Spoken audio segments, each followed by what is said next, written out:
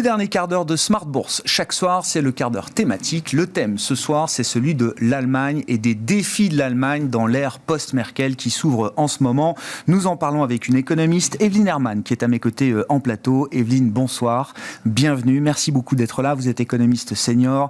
Vous suivez les économies européennes chez Bank of America Global Research. Je précise que vous êtes native d'Allemagne et que vous parlez un excellent français puisque vous avez en partie fait votre formation en France, je crois. Vous avez étudié en partie en France et vous êtes d'ailleurs localisé aujourd'hui à Paris, Evelyne. On va parler un peu de politique, bien sûr, mais je voulais commencer quand même par un petit état des lieux de l'économie allemande dans cette sortie de crise.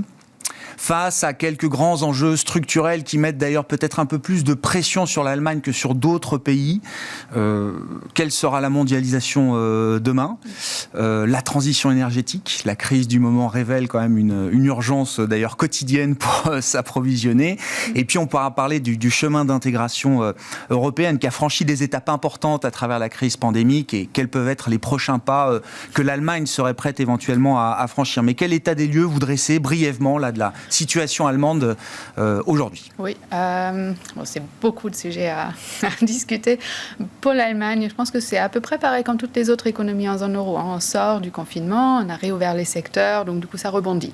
On a eu une séquence un peu différente par rapport aux autres économies, dans le sens où le T1, c'était vraiment encore un trimestre confiné, et on a réouvert au T2 graduellement, et là au T3, ça sera probablement très fort. Il y a certains problèmes qui restent assez problématiques, c'est notamment le secteur manufacturier. Donc du coup, pendant un bout de temps dans la crise, en 2020 notamment, on s'était dit qu'une économie qui est plus intense en manufacturier va gérer mieux, parce qu'il y a plus de demandes pour le bien que pour les services dans une situation de confinement. Or, ce qu'on voit cette année, c'est effectivement avec tous les problèmes de chaîne d'approvisionnement, avec notamment un secteur automobile qui est très large, ça devient un peu plus compliqué. Et je pense que là, c'est ça ce qui freine en ce moment un tout petit peu. Ça devrait se débloquer un peu l'année prochaine. Et dans ce contexte-là, l'Allemagne, comme toutes les zones euro, va poursuivre sa normalisation en termes de PIB, avec un profil qui était moins grave dans la baisse, donc du coup avec une perte de revenus permanente moins importante, mais du coup avec des problèmes qui restent face à une croissance potentielle qui se ralentit, avec une mondialisation qui change, voilà. La question démographique aussi, qui sous-tend beaucoup de choses dans la stratégie allemande. Pas nouvelle, mais bien sûr. Oui, qui vient à échéance là. Est-ce que cette crise, justement, et ça nous amène gentiment sur le terrain de la politique, accélère les réflexions du côté des décisionnaires politiques en Allemagne sur la stratégie économique de long terme d'une économie comme l'Allemagne? Accélérer les décisions, je ne suis pas très sûre. Accélérer les problèmes, oui. C'est-à-dire, on a là une concentration vraiment de tout ce qui s'est fait, tout ce qu'on attendait depuis très longtemps en Allemagne. Le défi démographique avec une croissance potentielle qui naturellement va ralentir.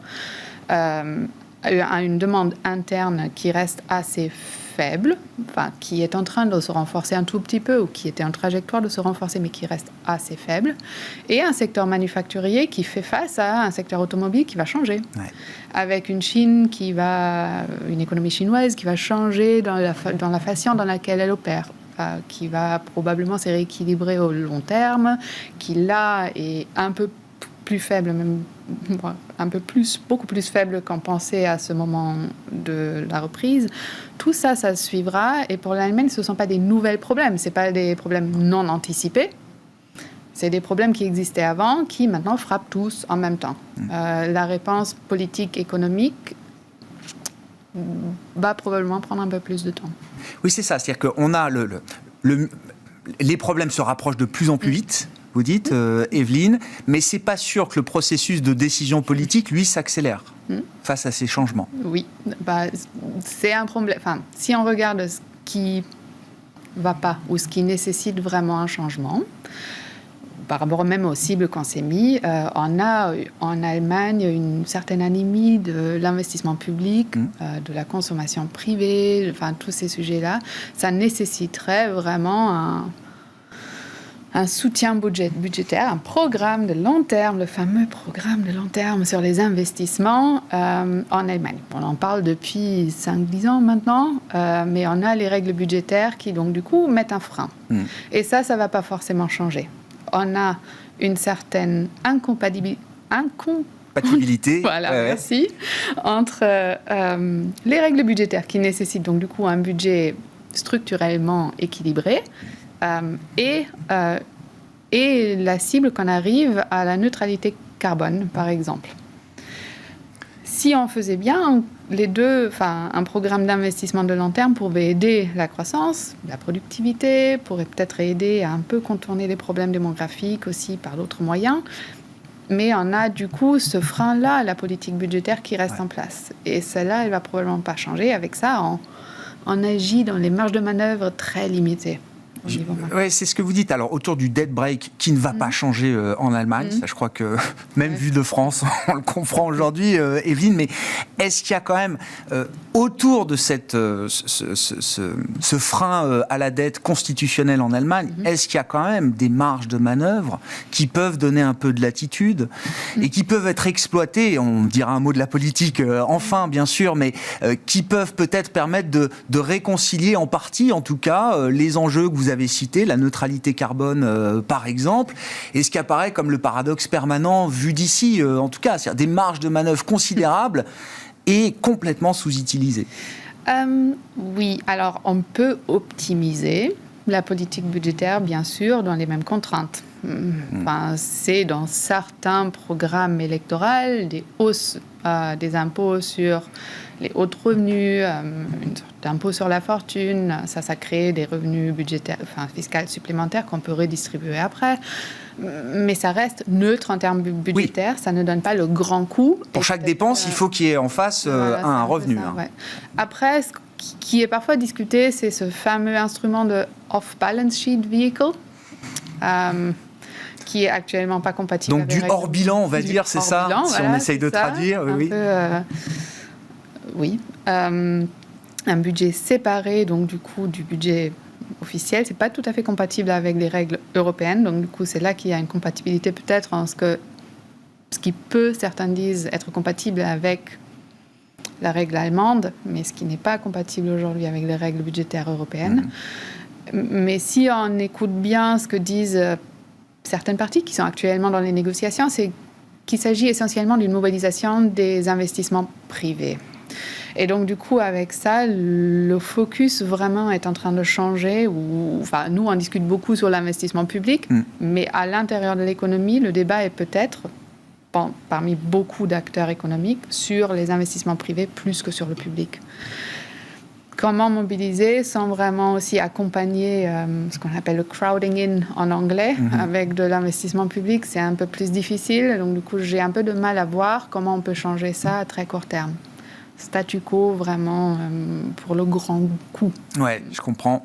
Comment vous regardez alors déjà le rapport de force, le nouveau rapport de force politique en Allemagne, tel qu'il a été sanctionné par le scrutin et les élections générales, et surtout, alors ce qui est sous nos yeux en ce moment, la manière dont les discussions se mettent en place. Je comprends que les libéraux et les Verts entament une première phase de négociation exclusive avec les sociodémocrates du SPD. Donc c'est l'idée de la coalition Traffic Light, qui est un peu le scénario central dans toutes les hypothèses qu'on a. On verra jusqu'où ça nous mène, mais quels peuvent être les points, les lignes stratégiques sur lesquelles il y a peut-être des bougées, des éléments à attendre aujourd'hui, Evelyne? C'est super difficile à dire, parce qu'il y avait ces négociations bilatérales qui, donc, du coup, vont commencer en trilatéral à partir de demain.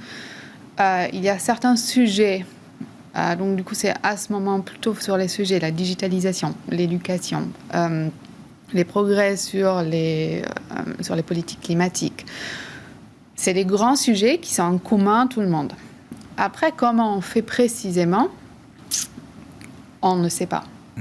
On sait que les Verts avaient cette ambition de changer, modifier la règle budgétaire et avoir un plan de relance financé par un déficit public. Ça vient percuter la position des libéraux, par exemple. Ça marche pas forcément. Enfin, ça marche pas avec les libéraux qui disent non au changement de la règle budgétaire.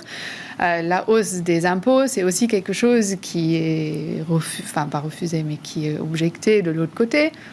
C'est pas vraiment très clair comment on va trouver un consensus pour vraiment arriver à faire des choses. Donc du coup là, on est vraiment en attente. Donc ça risque d'être beaucoup de compromis au final, c'est ça? Normal. Oui, non, mais c'est le principe. Oui.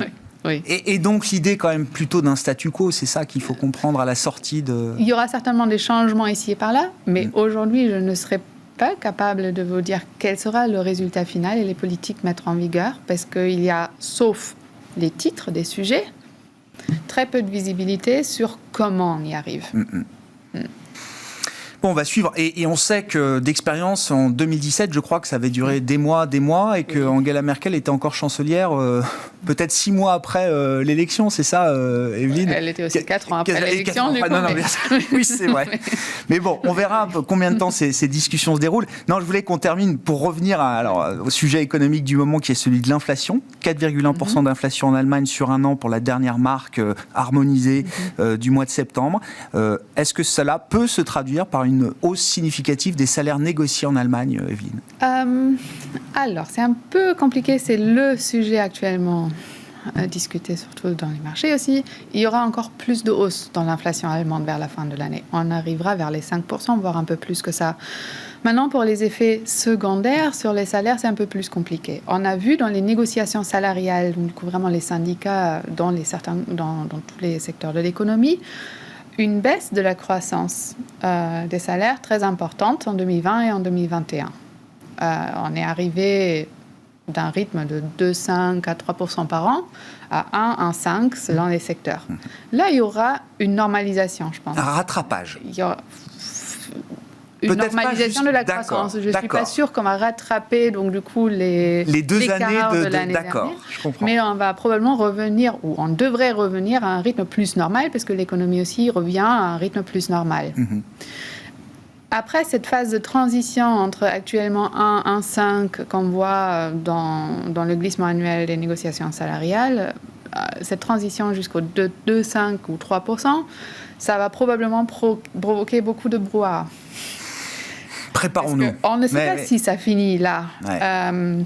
D'après tout ce qu'on a vu ou d'après tout ce qu'on entend, ou quand on regarde ce que demandent les syndicats divers et variés en ce moment, les demandes d'augmentation salariale sont un peu plus faibles qu'ils ne l'étaient avant crise. Et puisque là aussi c'est compromis, si on entre une négociation avec une demande qui est un peu plus faible, qui a l'air grande au total, entre 4 et 5%, mais qui est de 1 point de pourcentage moins qu'avant, le résultat est peut-être aussi un peu moindre déjà en pré-programmé. Mais voyons. Donc, normalisation, oui. Au-delà de ça, j'y crois pas encore. Mais... Oui, c'est ça. L'idée, c'est qu'on ne sort pas totalement de la modération salariale en Allemagne. Non. Dans toutes les discussions, c'est la compétitivité qui continue à peser très lourde. C'est une économie qui est très orientée vers les exportations. C'est aussi la sécurité d'emploi qui pèse très lourde avec les défis dans l'automobile. Et oui, après, c'est la flexibilité qu'on négocie. Donc, plus de temps, moins d'heures de travail pour peut-être un peu moins de paie. Voilà. Merci beaucoup, Evelyne, d'avoir été avec nous pour nous apporter ces éléments d'analyse et de réflexion sur l'Allemagne, la situation économique allemande, avec évidemment les négociations politiques qui entrent dans une phase importante, des négociations tripartites, SPD, FDP et Verts qui se déroulent là pour les prochains jours. Evelyne Herrmann qui était avec nous en plateau, économiste Europe chez Bank of America Global Research. Ainsi se termine Smart Bourse ce soir. On se retrouve demain en direct à 12h30 sur Bismart.